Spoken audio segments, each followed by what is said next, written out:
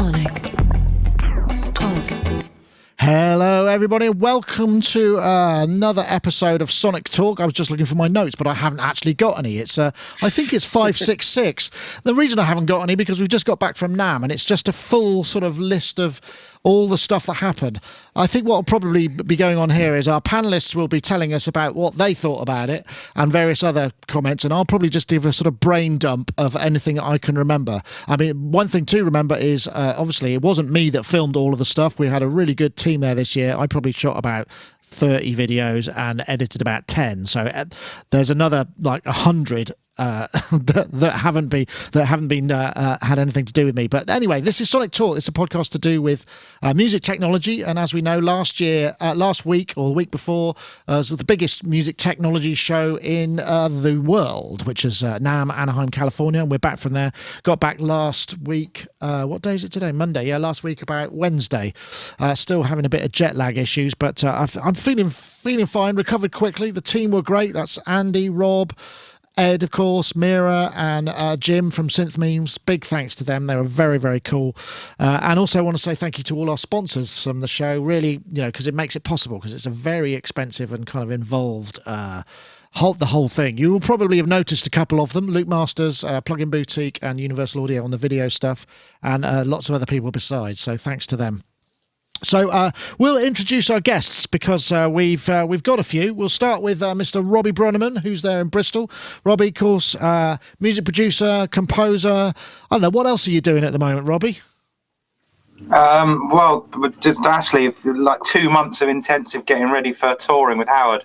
Oh, of course. Got a new show, and we got we're going to be rehearsing up at Real World, and just new rigs, new synth rigs, everything. We're going to town, new stage setup, video, everything. So so it's kind of like the album got finished last week, and we got the vinyl done last week. So it's all just gearing up for that, because we've got like a UK and European tour in May, and then two months pretty much in the US, June, July, with with another couple of bands. That sounds like a lot of fun, actually. I mean, we'll have to come over if there's a moment we could come and do a rig run down at Real World, because we're just down the road. Let us know, and that might be fun. Totally. We're gonna have lots of synths.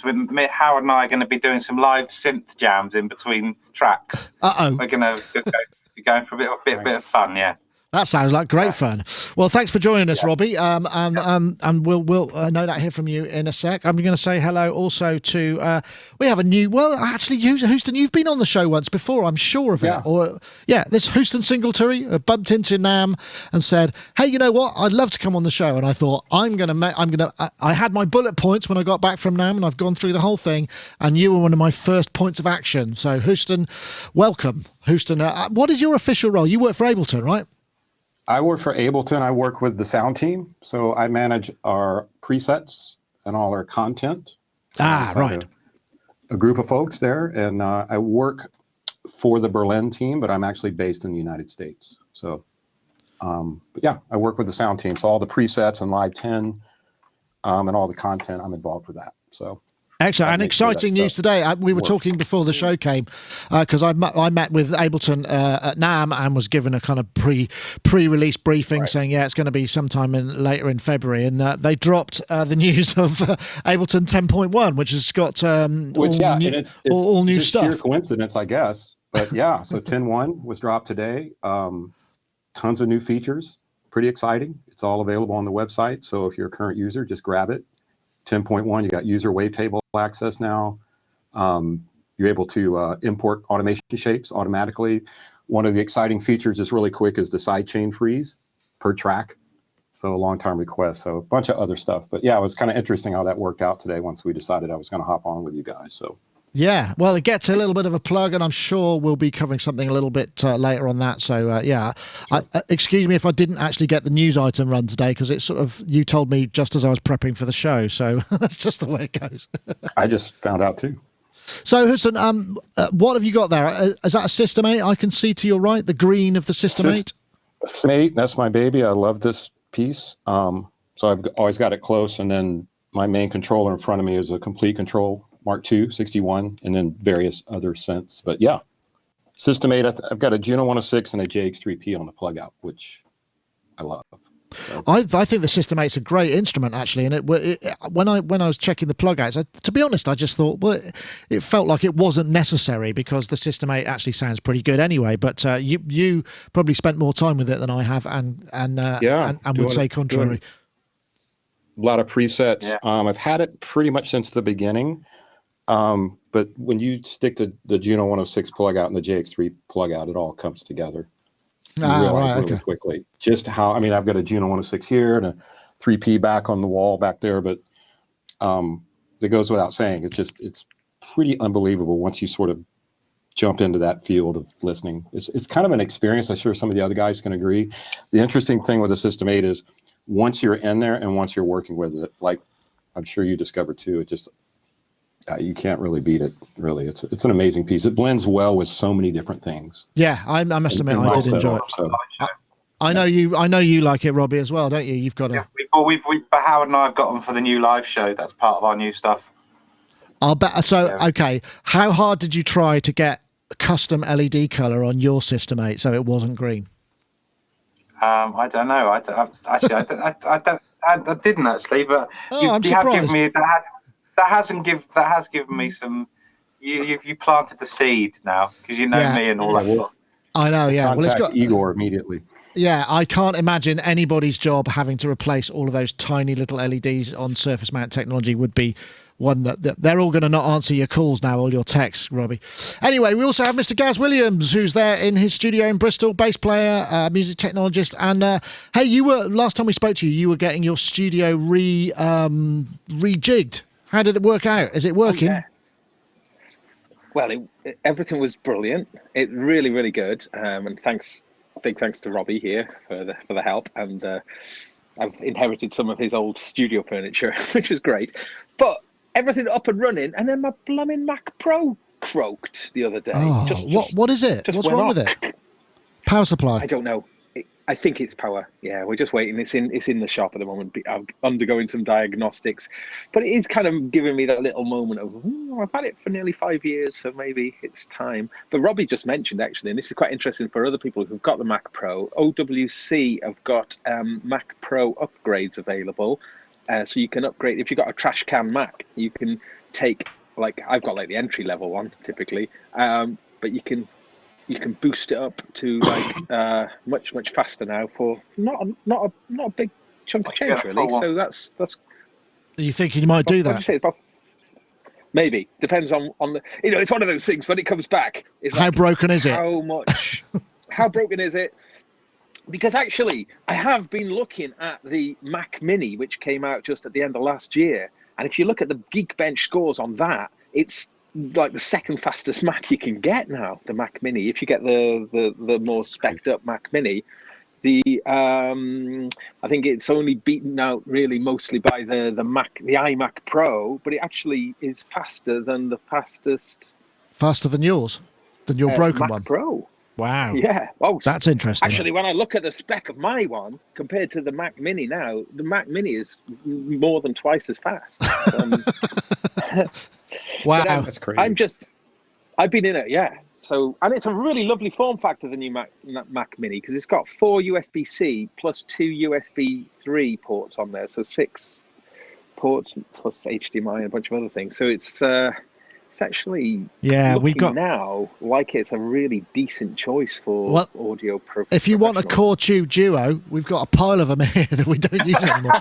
Unfortunately, they won't go above 10.6, so you're kind of screwed there. But that, in case you did. Anyway, NAMM. So NAMM. Last week we said that obviously was NAMM, and we were there for Wednesday. We did the trade show. There were some people kind of exhibiting off-sites, namely we saw the Dreadbox Hypnosis, which I thought was lovely, and the Teenage Engineering Modular.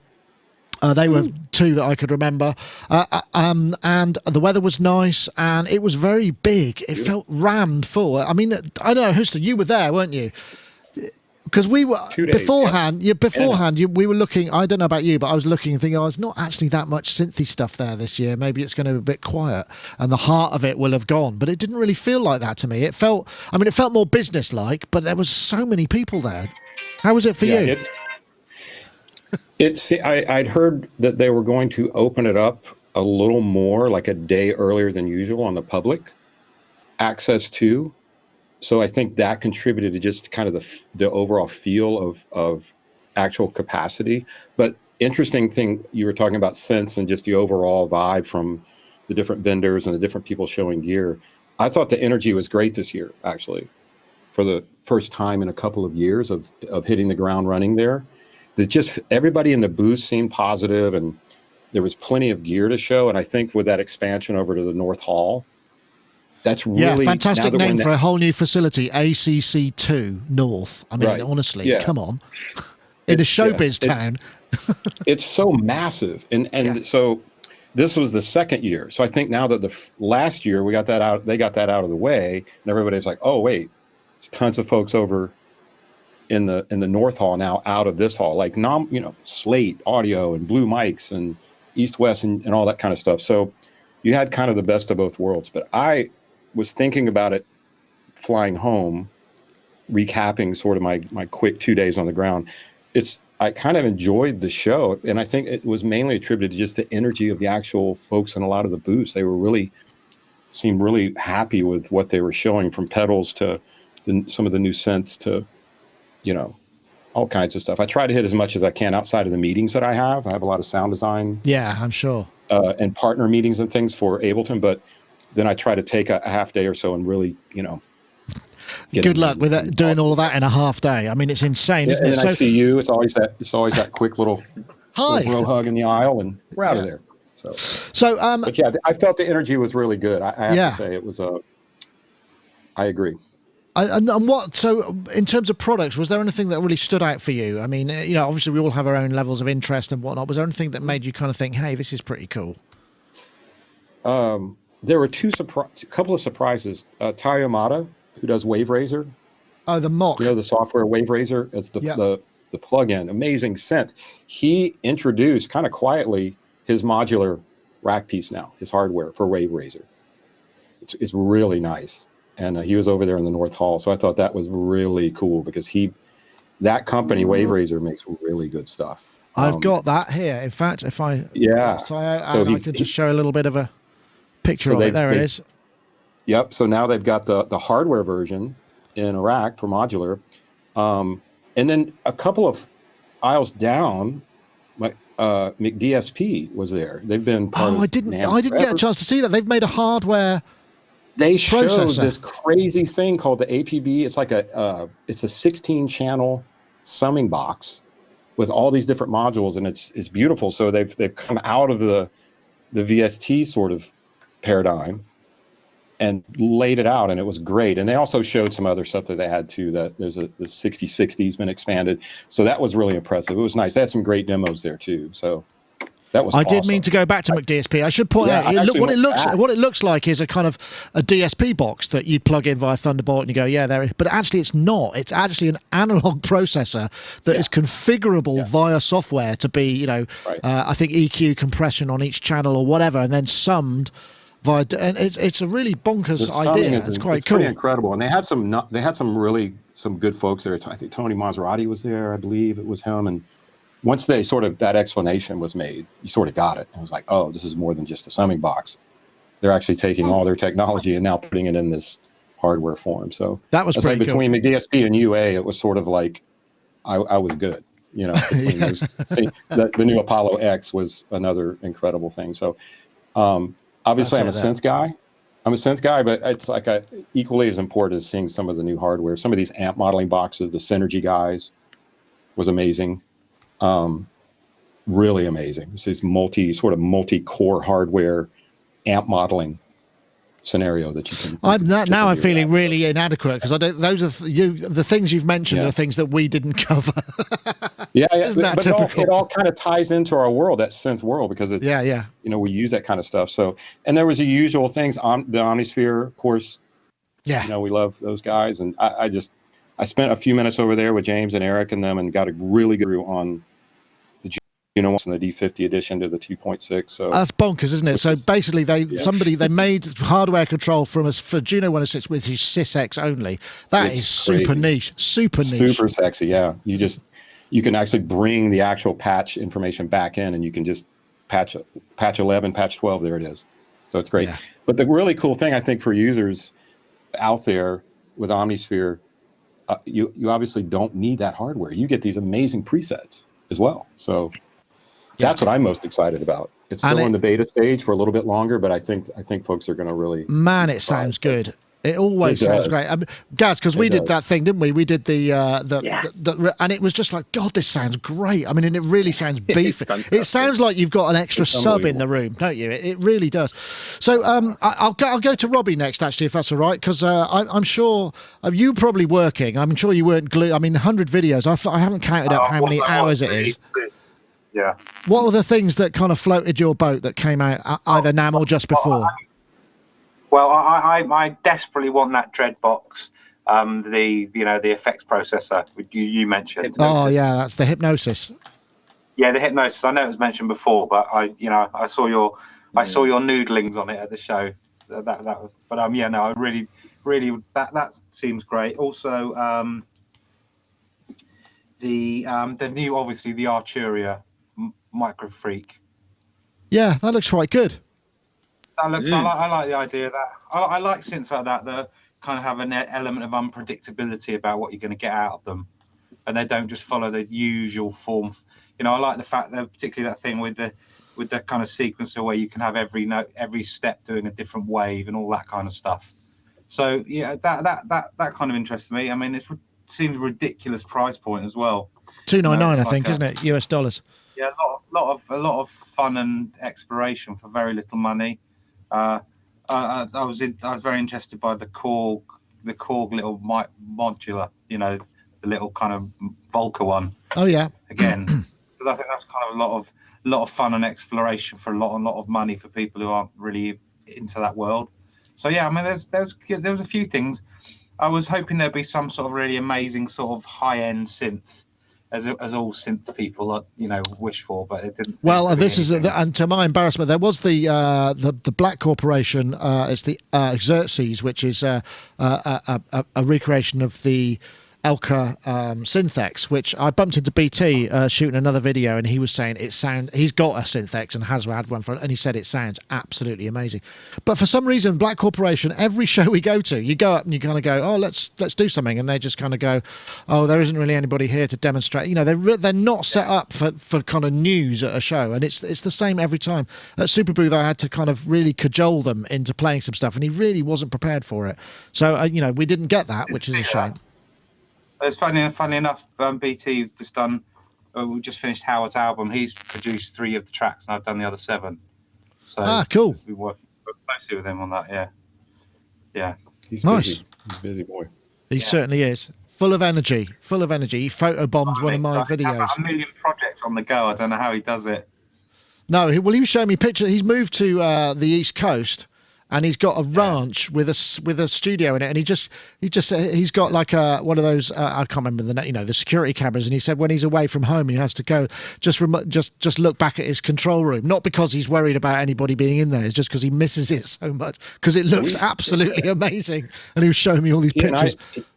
He and I took a quick stroll at the show and caught up, and he had a laundry list of things he was working on. Wow, it's crazy.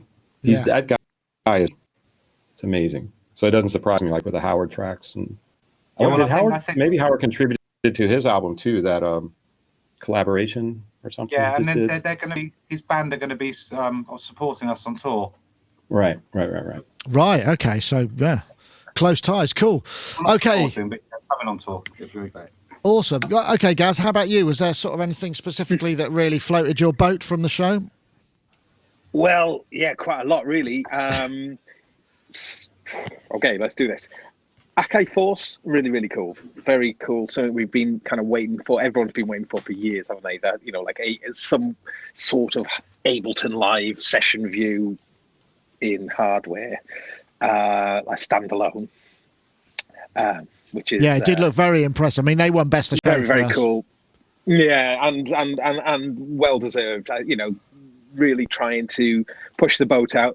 I think they're building on their really excellent work they've done with the MPC software. So the the kind of OS side of things is coming on really well. So it's really interesting seeing how they've now branching into this.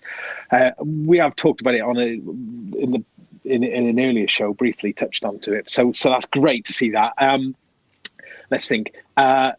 Electron model samples, very interesting, I think, in terms of certainly it seems to suggest that is a new range with the model title. We don't know this at all. This is just speculation, but model, and this is the first one, the samples. I expect other ones are going to come, but this is different for Electron because it's less about menu diving and more about knob per function. Well, more or less knob per function, but there's quite a few shift functions on there, but lots of knobs. It really looks like a Volca sample kind of. A Volca sample. I know what you mean. Yeah, a little bit.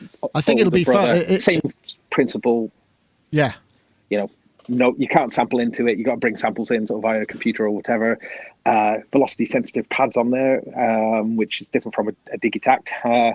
It's meant to be an entry level price. It's still about $400, isn't it? So it's not exactly cheap. However, it's going to. I think it's going to maybe interest people who are into to bring people into that Electron thing with a slightly different approach. It's a gateway drug. Yeah. And I do think it's going to be a range, like a Volca range. I'm fairly sure, just because I think the name is a bit puzzling otherwise. So that could be cool. Who knows what's to come? Model FM, model. So that's a good point. Who knows? Yeah. Who knows? Let me think what else. So the Waldorf Kyra, interesting to see that. That's that was previously last year. I think it was the Valkyrie, wasn't it? It's now turned into. Reality now as a Waldorf product. Curious. I tried to film something with that, but actually they didn't have anybody. The guy from Waldorf wasn't allowed to demo it. It was supposed to be the Korg US, but the Korg US guy hadn't had any time with it yet. So rather than film him and kind of end up in a situation where he would just be kind of laughed out of town, I sort of left it, and then Jim went back and did a sounds only thing, which I think was on reflection was probably the better thing to do. I mean, that looks like a kind of almost for people who have been waiting for a new virus. I think that might be something people may be interested in because still no new virus after all these years. What else? Expressive E, where they're showing Arturia, which I've got here and I've been using and has been blowing my mind. So this is using a Touché controller. The Expressive E, yeah. Expressive E for doing. So when you get Arturia, it's a little bundle of 3 instruments, just a solo cello, a solo viola, and a solo violin. But really, Houston's got one there. I love what it. a terrific. So what's interesting with this software is they're models, so there's no samples there. So they're actually very small footprint. But because they're models, there's a real relationship between the way that it works with the Touché. Although you can use this software, you can just map the bow to a modulation wheel or whatever you want it to be on.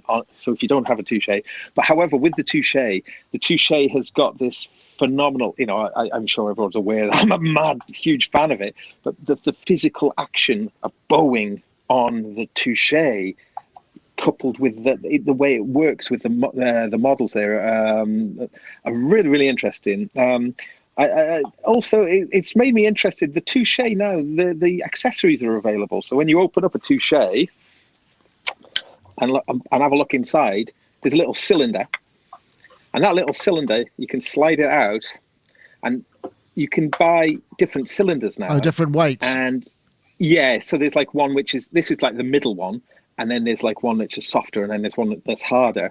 I mention that because I think I'd really like to try the soft one with the bowing, just to make that bowing action more. It's a yellow one, yeah.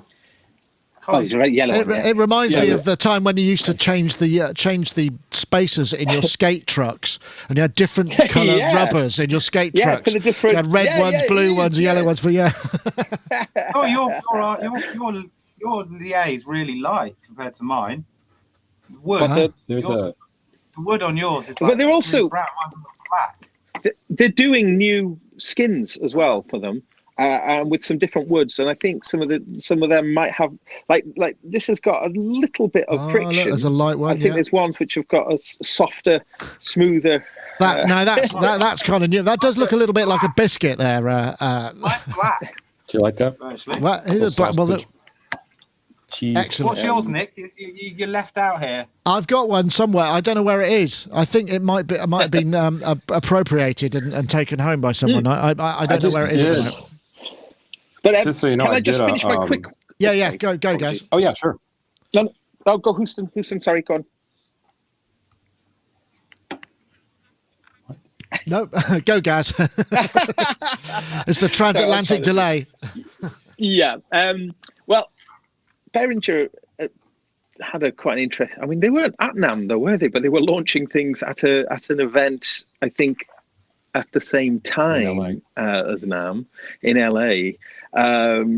But they went and announced the Crave, which is a very cool little box, and it's unbelievably cheap. And it looks like something like a Mother 32, but it's got the 3340 analog oscillator in there. Yeah, let's and play a little a bit of very that. appealing design.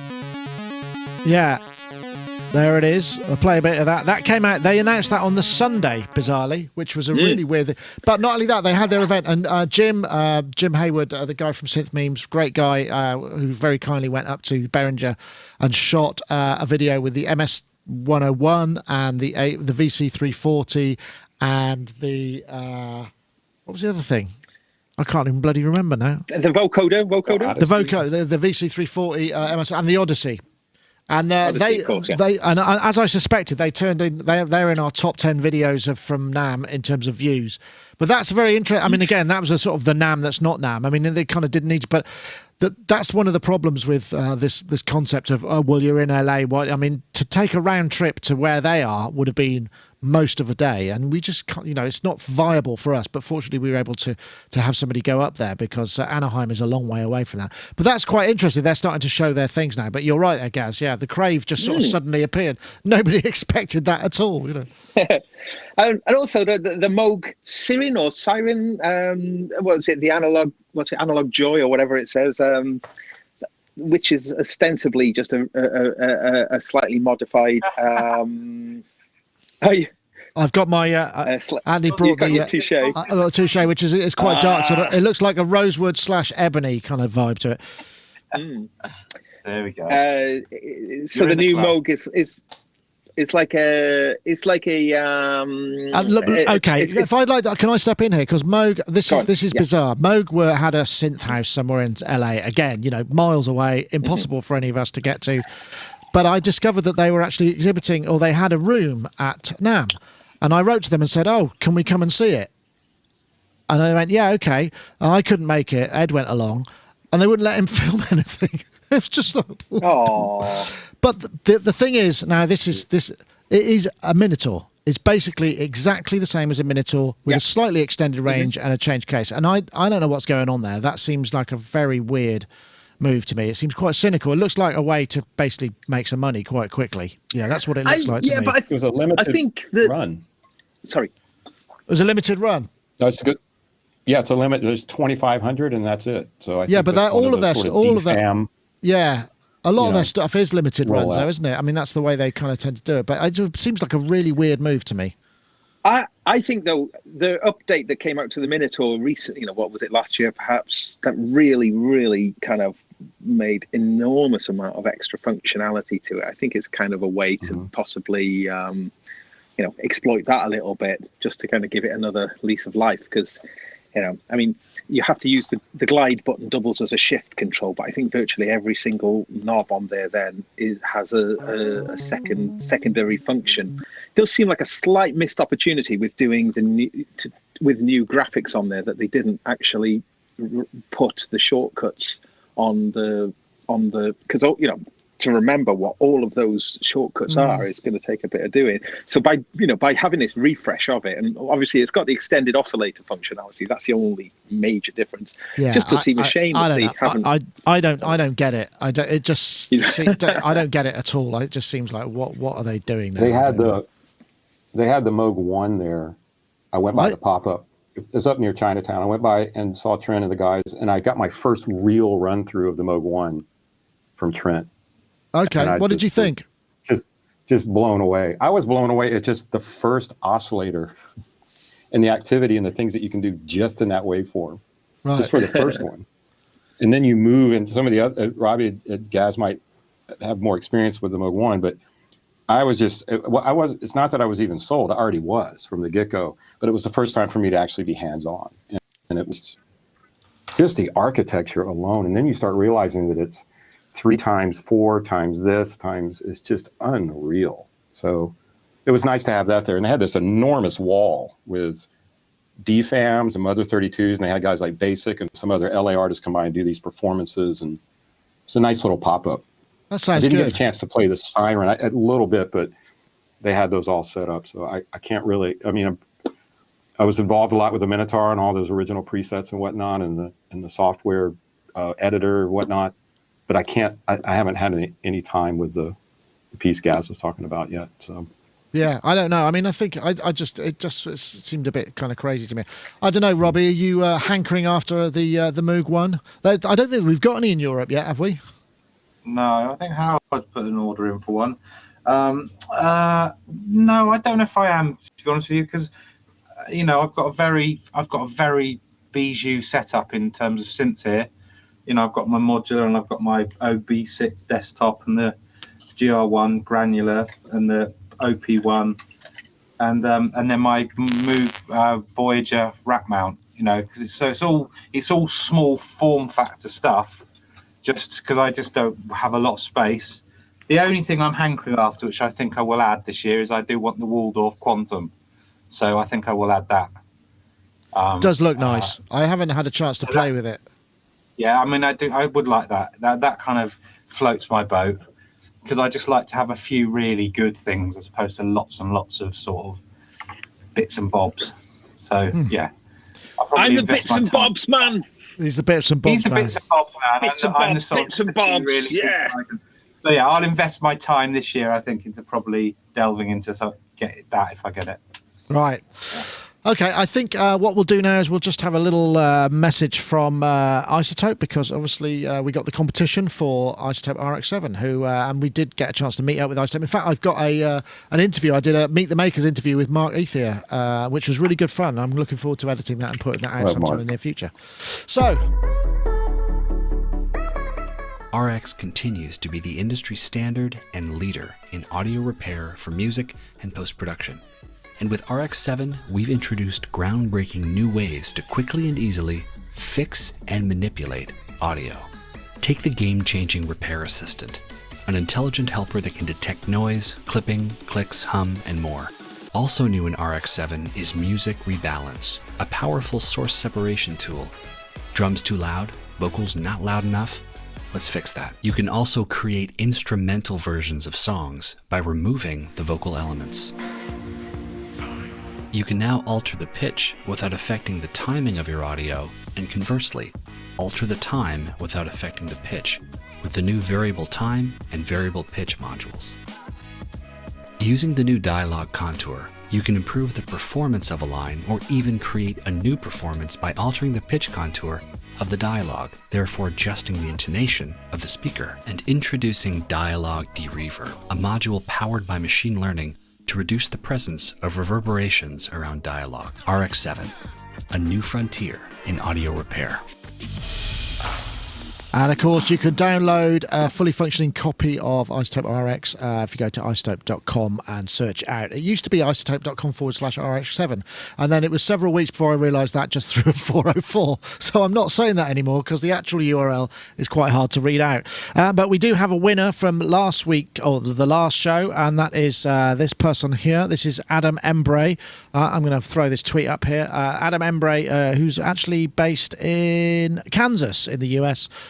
They won last, or he, it looks like Adam, won of the competition from last week. We picked random from the number of entries. So if you want to get in touch, Adam Embray, at Adam Embray, then we will be able to give you your copy of RX7, courtesy of iZotope. And of course, we have another competition for next week, which will bring the winner out next week. We're looking for the hashtag unmix audio, because that's one of the things. In fact, when I was interviewing Marc Ethier, he was saying that was one of the things that he was most proud of, is the new features in RX7, and I think that was one of his babies. Anyway, so I'm looking for the hashtag unmix audio and the hashtag RX7 to @Sonicstate and @iZotope Inc. That's the hashtag unmix audio, one word, and the hashtag RX7 to @Sonicstate and @iZotope Inc. Once again, we thank them very much for a sponsorship of the show. So there's so many other things. I'm just trying to see if there was any other stuff that... Did you see... This was one thing that I thought was kind of cool. The new Arturia interfaces. You can imagine if you worked in the AudioFuse department and Micro Freak kind of stole the show, and they'd obviously been working on these things. This is the new audio interface, which have a lot of I/O. We've got that guy, which is the Studio Fuse, and these are USB-C interfaces, and then also the AudioFuse 8 Pre. That looks kind of pretty cool. Just trying to think. Yeah, that thing looks really cool. It's real quick, Nick. What I liked about that is that it has light pipe. So if you got something like an Apollo Twin or something, an interface for your DAW that's got that, boom, you could just. It could be either. It's plus 12 or something like that on each one of those inputs too. That caught my eye. Was that rack pre? Yeah, Arturia rack. That looks really kind of nice cool. stuff. What else have we got here? Have you seen that? Go back to that rack, Nick. Go back to the rack. Have you seen the weird? It's got like a 19-inch rack ears that look like kind of clockwork, like and then you twist them around. Yeah, hold on. And you can twist them around to make a little stand. There it is. Yeah, right there. Yeah, watch. So they can either. Yeah, it's a clever idea. Never seen that before. There we go. Never seen that before. That's them right there. No, that's a new thing. So innovation in rack mounting from Arturia. Yeah. Let's see what else we got here. This is the Hypnosis. I just thought this sounded. What's really cool, it's got a pre-delay which we can modulate. It's got a freeze function. Let's see if I can find it. I think we'll get one. Really sounding the delay, actually. It sounds like it's doing some ping pong stuff to me. Actually, that's a.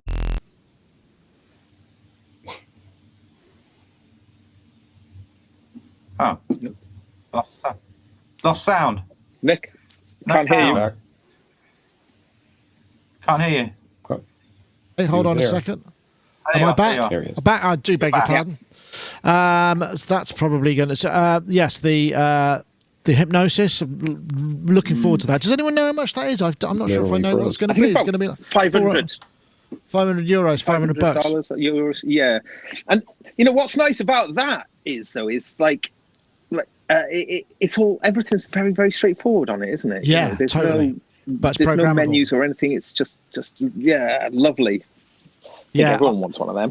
I think that's going to be a big hit for them. People hate the design, don't they? Yeah, it reminds me of an 80s. It's an 80s shell suit, isn't it? I don't know. That looks a bit dark. I don't think you're going to be able to see that. Yeah, it looks like in the. Do you remember? Sort of, there were some racks by people like Art. Art. It had that sort of kind of weird look about like that sort of colouring, that minty green and pink and stuff on it. Yes, I know what you're saying. Yeah. I think that backlit spring. That backlit spring's a work of art. It is beautiful. Let's see what I've. Dimitra, Emax green and brilliant pink. designer. That's it. Emax. You've got it. There he is. Yeah. That's the what's that one where you play? That's that game. You got it on the nose there. Yeah, and that's fun. There was an N-Sonic synth that had a funny styling a bit like that as well. Yeah. Fismo, that's true. Yeah, that's right. Gaz and Unison. And then of course we've got the all the this pocket operator stuff. This looks really nice. I don't know how good it sounds. I can't tell yet, but because what they were doing in this room, there was the owner of the company or the CEO was sitting on the bed screwing these things together because they're actually made out of flat metal that you fold in and then you bolt it all together and you put all of your bits in with kind of these Allen keys and whatnot. I think I've probably got, and so it was a very sort of limited and basic patch. So I'd really like to hear what the raw oscillators sound like. But we did an interview. I did a Meet the Makers with all of the people in Teenage Engineering sitting outside on the balcony, and it was literally that was quite interesting. They've just hired a guy from IKEA. Because they've done some collaborative stuff with IKEA, and they've actually. One of the people at IKEA, I think it might have been in marketing, has now come and joined their company. So, things are obviously moving for them. That looked pretty good. Meatballs. Meatballs. Yeah, that would be not a bad. They did joss stick. Meatballs. Special Nick, sauce. speaking of outside on the balcony, notice a couple of the cool folks that actually have new booths with that, where you could go outside, like IK and Native and some of the other ones. That was a super cool vibe, and that's where you in the North Hall, so you could actually go out the back of their booth and sit and have meetings and whatnot, and out there on the fresh air and the balconies and the palm trees. It was nice. So that was I didn't do that this year. I did it last year because Roland were there last year. They were now in the main hall, and I think it worked for them really well in the main hall. But I did have some meetings out there last time. But no, I didn't go because they were two of the appointments. Cool vibe. Yeah, Roland definitely made a mark back in Hall A for sure. Oh yeah, here was another one. This guy, it's Blake Angelos showing the Yamaha CP. He very nearly got the top presenter. This thing sounded really good, I have to say. The graded hammer now. It really, they've done a good job here. I think it's going to be big for them. I think we spoke about this because they announced it the week before NAMM, or a couple of weeks before NAMM. Just seeing what other videos we got. There's got the sample, the mock. I'm just trying to think. There must be other stuff there. I mean, any other Sonicware, ELZ1. There, that thing. The Sonicware ELZ1, which is like an OP1. We saw it last year, and it was a bit underwhelming, but it's come along in quite big steps now. I'm not sure if it's still available. I think it's very nearly ready. Clearly, an OP1 there it is. Sort of vibe. Influence thing, very similar in certain areas. Without the panache. Yeah, maybe. I like what I think is quite funny. Teenage Engineering, a sort of Swedish company pretending to be Japanese. Well, this is actually a Japanese company pretending Swedish, pretending to be Japanese. Yes, we had a bit of a discussion about that because I don't know if I mentioned this last time, but a couple of weeks ago, because something came up, and I mentioned it to Teenage Engineer, saying, and I spoke to quite a lot of people about this. The concept that Japanese culture is so aesthetic, a lot of things are so aesthetically pleasing and so kind of carefully thought about design-wise, yet not the industrial design for their synthesizers and instruments. It's very utilitarian, and yet so Scandinavians seems to be taking over that role on in terms of the musical instrument side of things. So yeah. Well, the ELZ1 does look like, you can run it on batteries. It's got a built-in speaker. There's a lot of similarities to like an OP1 in terms of very, very portable. Lots of different synth engines in there too. They've got this rather optimistic picture of somebody on a keyboard stand jamming with a bass player and a drummer. I like that. That's cool. Yeah, but I just think it's a cool format. So I'd be quite interested to see this one, to see how good it actually sounds. Well, we'll see. Yeah, I mean, I was more than a bit underwhelmed from what I saw last time. But a year's a long time, and maybe they've got their firmware together. It's got a sand flute on there. That sounds painful. Do you know a little sand flute? Chafing. Imagine the chafing. Easy, Tiger. Yes. I'm just trying to think what other... there's so much stuff there. I mean, I think the only thing that I would say that was also an improvement is there was more musical performance this time, and it wasn't all just the kind of big showbiz, big band sort of stuff on the main stage. To the side by the North ACC Hall, there was the Earth Harp, which we saw on our walk round when we bumped into Diego Stocco, and another couple of stages where it was much more sort of small scale. It's still very kind of traditional, but it was nice to see a bit more musical performance just out in the open at NAMM, because up to now it's been very kind of mainstream, and I think that's something that a lot of shows could really learn from. I know that I met the guys from Synthplex, which is at the end of March, and they were talking that they're aiming to have a lot more of the kind of the sort of musical performance aspect going on there. A bit more like Super Booth. There was 30,000 more people this year. Sorry, 30,000 more people. Carry on, Houston. One thing I thought was really interesting, and it's always good to see, is actually just demographically, the younger generation of like really good artists and players, whether they're at the booth or they're out in the area you're talking about. You see these guitar players and keyboardists and multi-instrumentalists, and they're like 20 years old, killing it. Foot controllers, loopers, pedals, that kind of stuff. So it's really cool to see that. You see the seasoned cats, you go see Jordan and you see all these folks doing things, and then you stumble across this 18-year-old wonder kid playing guitar or bass or whatever, in diversity, male, female. So that's nice to see too. So that was a welcome. Yeah, I agree. I think addition. And I don't know about you, but it seemed like there was less of the classic LA rock dinosaur kind of hanging out there this year. Mullets and chains and yeah, all that there good was. stuff. I mean, there's enough of it to keep you happy, but not it wasn't overwhelmingly so. Mm-mm. I don't know why. I mean, again, I was only there a couple of days, but it just seemed, I don't know. I really think that addition to that whole extra, and for folks that haven't been to NAMM, this is an entire arena times two. Two so floors. They opened up another place. Yeah. So I think that's really just spaced stuff out. So what you think that you used to see, as far as crowds and all the craziness, is just more spread out. Now the noise level is still insane. Yeah. Dave Smith and I were talking about that in his cool little area there. He had this ticket little booth. room. Yeah. The noise can be so overwhelming when you go over to the pedals or guitars or wherever. It even with earplugs, it's stunning. And even more annoying is you see people in there with like little kids, like 5-year-olds without headphones on, or babies. You're just like, what is going on? But it's absolutely. Be forewarned. But that brings me to the perfect example to plug on, because we got sponsorship from Audio Technica this year, and we got everybody with the presenters were all getting cardioid headset mics. So the background noise just kind of basically went away. It wasn't there anymore, because on previous times we've had these omni directional radio mics, and it's just the noise coming down because you've got to compress it to kind of get, and it's hideous. And this year it was so different. And from an operational point of view, it meant that we could just use like earbuds and still hear really clearly what was being said and also what was being played. And I think that reflected the video quality in terms of sound.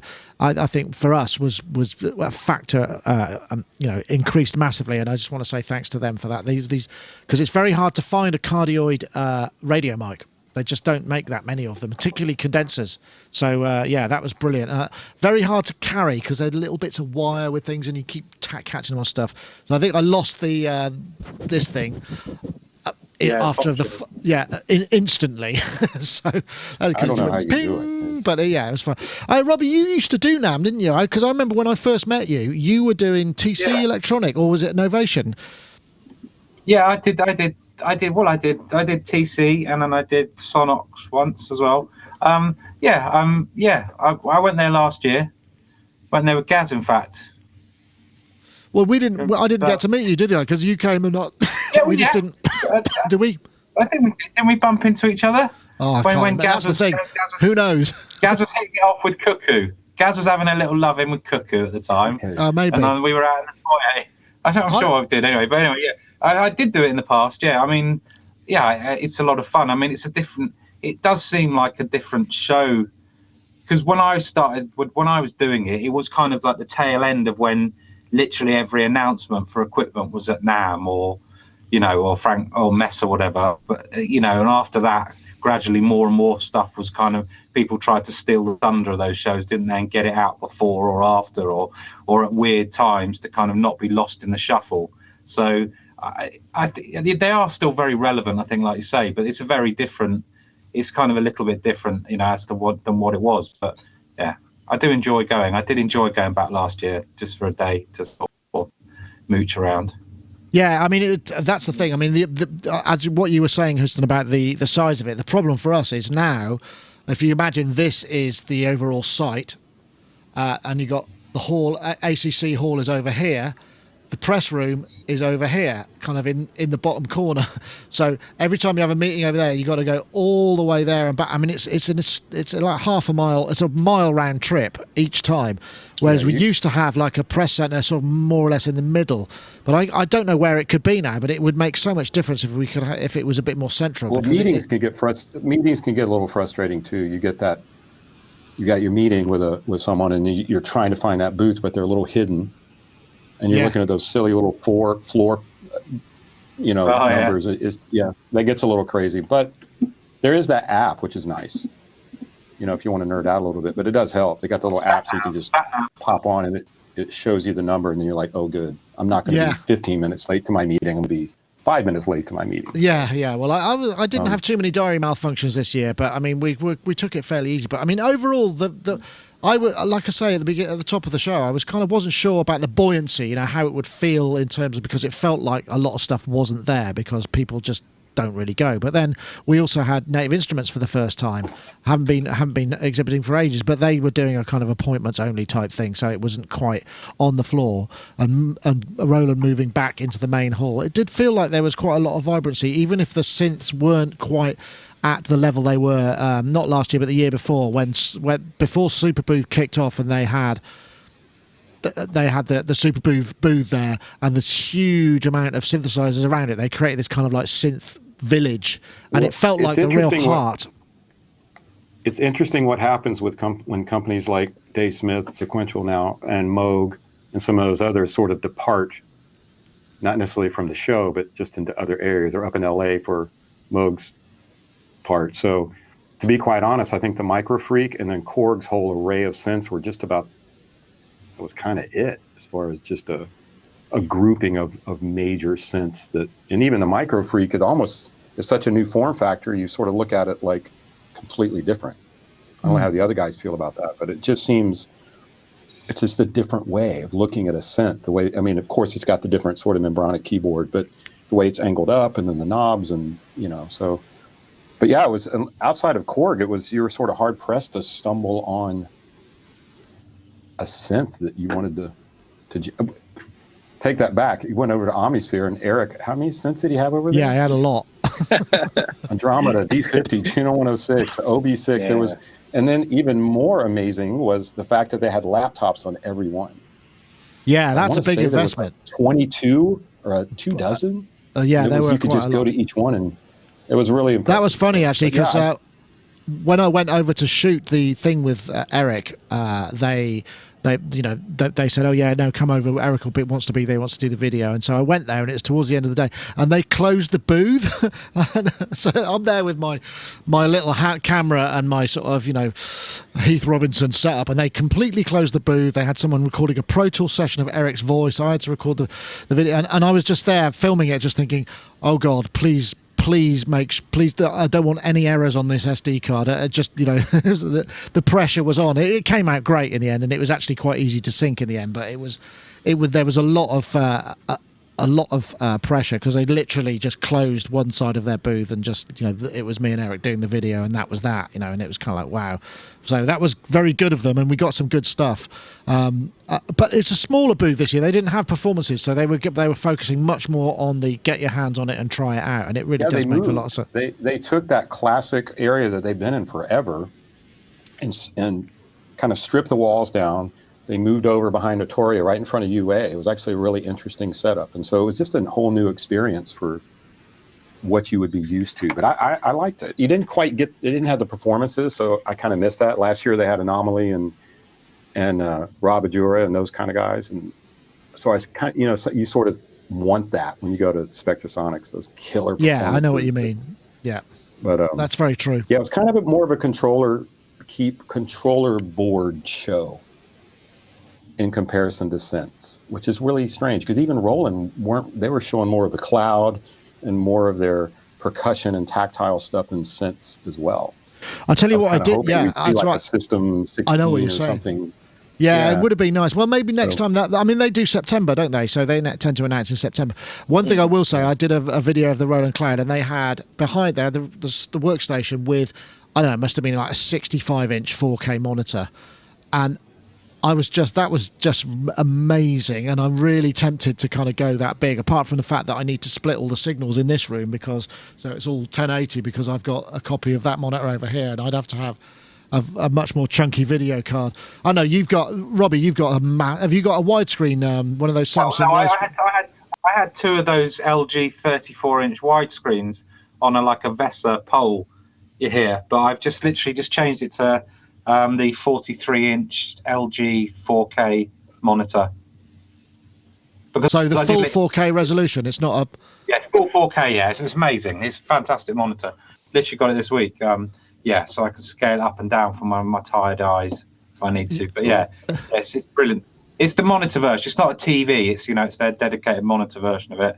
So it's like it was full 60 hertz straight in directly from the display port on my Mac Pro and everything. It's great. Yeah, it does make a difference, doesn't it? It's the perfect size. Particularly as we start to get a bit tired.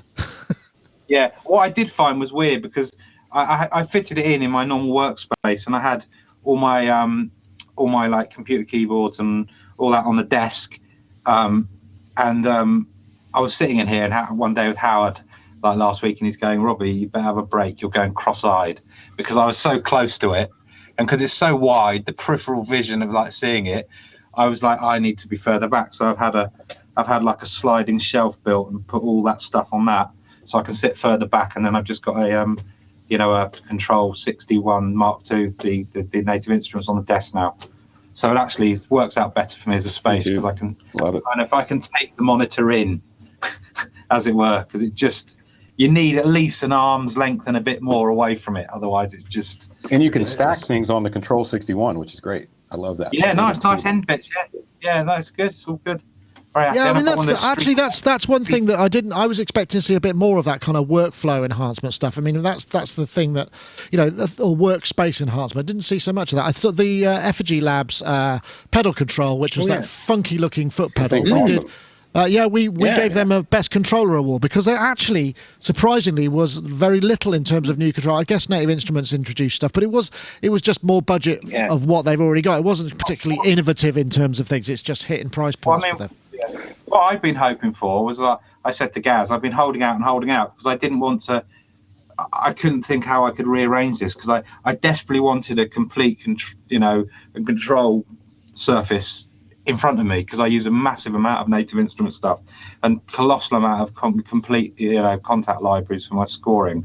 I was saying they should just bring out like a box which has the screens and the controls on it, and like the slider that people can just add to their existing controls, their existing master keyboards. Because if you want to do that, the smallest thing you could get is a machine Mark III, and then you've got all the pads and the physical size of it. But if they just brought something out which had the color screens and the encoder and then that's the an interesting idea. Perhaps the one slider, everybody could just add that to what you've got. Well, particularly if you made it the right depth and then put little feet on it, so it could actually sit over your existing knobs and controllers on another. It's not everybody wants to get rid of their controller again. So, but yeah, it didn't come. So this was the best. This kind of pushed me into doing it the way it should be done. That would be a good idea, because that's the one thing about the Native Instruments control stuff is it doesn't have generic MIDI I/O, which I think if you've got a controller, you might want to use it in other ways, and you just can't. You can't really do that, and that's the thing that I think lets it down a bit. It's quite a closed system, isn't it, for that point of view? So a box like that might sell, to loads of people who don't want to having to buy a new controller. Anyway, good point. Well, if they're watching, maybe they will. Like that TC Electronics little 2290 tabletop concept. Yeah, I've got one of those. I've got one of those. Nice things. They do. What I really like the look of is the plate one with the what is that the one with the EMT 250 thing. EMT 250. I have no need for it, but I really want one, because I remember. I know what you mean. I remember. Have you ever seen one of those? Have you ever seen one of those in the flesh? The digital ones. They're basically tall towers. They look like they're designed to sort of slide into the floor like a floor safe with this kind of stuff. They're very deep, and then on the top they've got the controls. It's quite they're interesting looking things. There was a cool. Oh, I was just going to say. On Gaz's kind of sort of cajoling, I went and bought one of those Elgato Stream Decks, so I've got to get that all set up. Oh yeah, that looks fun. That looks kind of interesting. I'm going to get one. Yeah. Yeah, I saw a few people with those. Go, Gaz. I'm a big delay pedal fan, and the Eventide Rose was a NAMM. Yeah, that looked nice. Really, really cool. And I mean, and I was kind of thinking how this, because that's like a combination of an analog and digital delay in an interesting way. I think it's so there's analog drive-through so your signal passes through, and the delay part I think is digital. I think is it the feedback is actually analog. So it's I'm not sure. Yeah, it's a combination. It's like BB like Day. It's a combination. what do they call it? They call it Bit BBD. Bit BBD. Bucket Brigade. Bit Bucket Brigade, yeah. Bucket Brigade. But I think it looks really nice as well. It's got a rose that lights up on it, which is cool. But it sounds really good, and I mean, like the Arturia Micro Freak, and like the sort of the Microlog XD, this whole kind of this analog digital the hybrid stuff, thing. It's just seeming to be where we're heading, and of course the FPGA stuff, that obviously the Waldorf Kyra. So that's the way I think we're going to see more products going up. Well, I certainly hope so anyway. And so those items I've just mentioned there certainly seem to be pointing which way things may indeed go. So I thought that was quite an interesting thing, just as an observation of maybe a trend. It does, I think we've mentioned this before, but it does actually feel, certainly within synthesizers now, and I think it's true in pedal world as well, where the analog purists are sort of stepping down off their high horse a little bit and kind of going, we're actually very well catered for now. So now the digital hybrid era feels like it's going to be something that will be an interesting avenue that hopefully people, because like the Arturia or the Micro Freak, I think it's got 11 different oscillators, but I think there's more coming as well, isn't there? I think. Well, it's based on the mutable instruments. I think it's Plats or braids. Plats. Yeah. So the code was taken from Emily. Which is in public domain. I mean, I think that there was a bit of a hoo-ha around that because Arturia suggested it was a collaboration, and she said, well, actually, no, it wasn't. I mean, they're perfectly happy to use it, but it's not a collaboration. They're just using the code. I don't think there's any animosity. They just wanted to sort of clear it up. But I think that's the interesting part. And then they've got a SEM-style filter, which is what really brought it to life, I think. So that sounded cool. I'm looking forward to getting hold of that. I think that'll be fun. And like I say, it wasn't the best mono, even though it's a 4-voice paraphonic. I suppose it's not quite. It's a sort of mono. Maybe we need to have a monophonic, a paraphonic, and a polyphonic category next year. I don't know. But Nick, there was one. The MIDI 2.0. Just that. I was wondering what you thought about that. Just because that was. Well, I haven't really had a chance. The only connection I had to it, really, I met a couple of people who were going to the meetings. It felt like this year was the year that they were having those meetings to try and really nail it down and get the specifications sorted out. I don't know if you might know a bit more about this, Huston. I spoke with Ethan Bilius, who's one of the founders for that committee, briefly. I think from what I'm gathering, they're going to roll out a really big museum. They may be tying it in with Bodeker's Synthplex event. Okay. And as well, but they're going to roll out a dedicated website and a portal and all the information. They're really tying stuff in. He seemed pretty excited about it. So it sounds like there's something corner. I wonder when that actually gets beyond the MPE buzz and all the other attributes that are part of it. So he's saying it's the query level integration, isn't it? It's where you could say, what do you do? And it'll just say, this is what my knob's called. This is what, so it'll just make things so much better. So that's going to be a pretty big deal. But it was at the event, but it didn't have a high profile sort of outside of those meetings, I think is the thing. They just had a couple of conference breakout sessions or something to that effect. So Hey, Nick, I was going to ask, forget, and you guys as well, did you, the Ginky, Wade, did you get a chance to see those guys? They're from Iceland. No. What was it called? 2 called? years into their prototype now, and I think they're launching. I think they're getting all their Kickstarters handled, and they're launching in about a month. And it's that. There's the Nuvo ring. These guys have got it. Yes. And I think we shot a video. Sorry, your bandwidth has dropped. I think someone might be doing a massive Dropbox. Wow. But yeah, I didn't. I think we shot a video with them. Not yet, but I'll let you know when it comes in. We should probably. I mean, speaking of time, we should probably think about wrapping things up now because it's getting past 5 o'clock, which is our usual time. Unless anybody's got anything they want to add, I don't know, Rob. I was just going to say the only other thing I thought was cool. It's quite a practical thing. I'd seen it before. Was the ultimate support sort of desktop stands for all sorts of. Oh yeah, they were good. I immediately thought of Gaz and his sort of like towering empire of bits and bobs. But that seems to me, as someone who's obsessed with ergonomics and all that kind of thing, like a really needed thing in this day and age. I'm going to find that for you quickly because I can. These guys and this, these, and they had a really, really cool. This was what I really liked at the back. They've got this kind of geared mechanism, so you twin it. Yeah, that's right. It was like a Harry Potter kind of door. And I have to say that Arik was a really top presenter. They're really, really good. Right. Yeah, Arik is a great guy. Yeah, he's really good. Yeah. Very good point. Right, well, chaps, I thank you very much for joining us. I'm sorry if we've left stuff out. I mean, and again, there was no real agenda apart from just the discussion around NAMM. Obviously, that's it for that year. More shows coming up, though. End of the month, Synthplex is going to be very interesting to see how that shapes up. Like I say, the team behind it seem very good, and they've got some really good stuff lined up. I think that'll be good fun. And then, of course, we've got Super Booth. I don't know that Music Messa is going to be on our radar this year. It feels like it would just probably be one show too much, and it feels like it's pretty much, become a local show rather than an international show.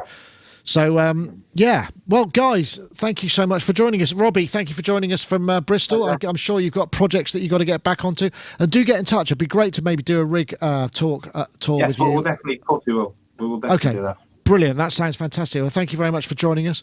Also, Gaz, thanks for hanging in there. I know you've had to do it on your iPad because of the demise of your Mac Pro. I hope that comes back all fit and sound and well and all of those things. It's been cooler because I back in the Pop Dungeon this week with Charlotte Church, and I've been doing just copious amounts of bass playing, and I've set my pedal board up in a new way, which I'm getting the best sounds I've ever had out of it. I was thinking about it. I was thinking I'm getting some amazing, beautiful sounds. I'm getting some really, really nasty, dirty sounds as well. And I was thinking, God, I'm getting really good porn sounds now, and I don't mean music, just like really kind of sort of weird physical noise. Physical. I can see you looking like kind of confused by that. Visceral. Visceral. Yeah. Oh, good. Well, so you're in analog world as well. That's fantastic.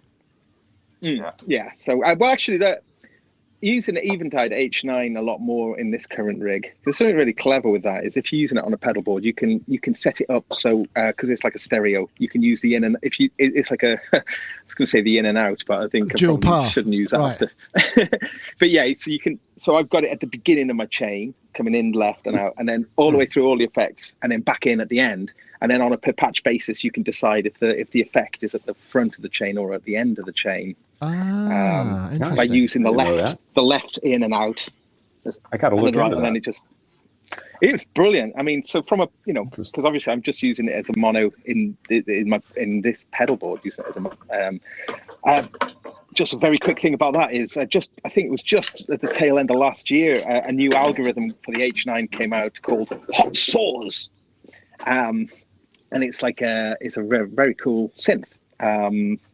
So yeah, well worth getting that algorithm for the H9. Excellent. All right, cool. Well, thank you very much, Gaz. And also Mr. Houston Singletary, who I'm sure now that they've dropped Ableton 10.1, the day that you thought you were going to have tomorrow is probably not going to work out the way you thought it was, right? So you've probably got a lot of stuff to do. I'm going to just continue working on presets and doing what I do. So it's lots of that kind of work. So. Excellent. So are you? So I must ask you. You're doing a lot of preset. How do you name stuff? Where do you come up with the inspiration for naming? Because I mean, you must have to name a lot of presets per day, right? Or per session. A lot of that is stream of consciousness and just doing it for so long. But the funny thing you asked that, I do have a couple of interesting books. I've got some books on Latin. I've got books on like biology, and I don't know if one is an arm distance, but sometimes I'll flip through and look at like astronomy, and I'll just tie in different types of words on that. So I am a bit of a nerd in that regard. I have a little bookshelf back here that's got books with different kinds of names and whatnot. And a lot of times that applies to the work that I do with some of the Dave Smith keyboards or Moog or Roland or whoever. I'll try to. I also tend to theme presets toward the sound that I'm working on. I did that with the Singularities pack that I did for Ableton. Yeah. So, so when you play it or you see it, it automatically thinks, oh, okay, Howard Jones or something like that, or some sort of time period. So but at the end of the day, it's kind of stream of consciousness, and there's so many. If you look back, 25 years of doing presets or whatever. So wow, that's a lot of names to come up with.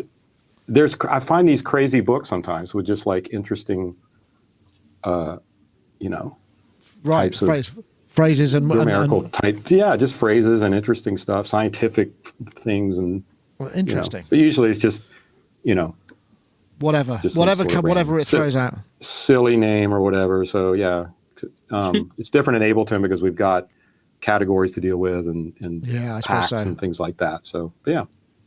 Well, thank you very much, everybody, for joining us. That was Sonic Talk episode 566. So without further ado, we'll say goodbye for now, and we'll see you all next week. Don't forget to enter the competition. We're looking for the hashtag UnmixAudio and the hashtag RX7 to at iZotope Inc. and at Sonicstate. See you next time. Take care. Bye-bye now. Bye, guys.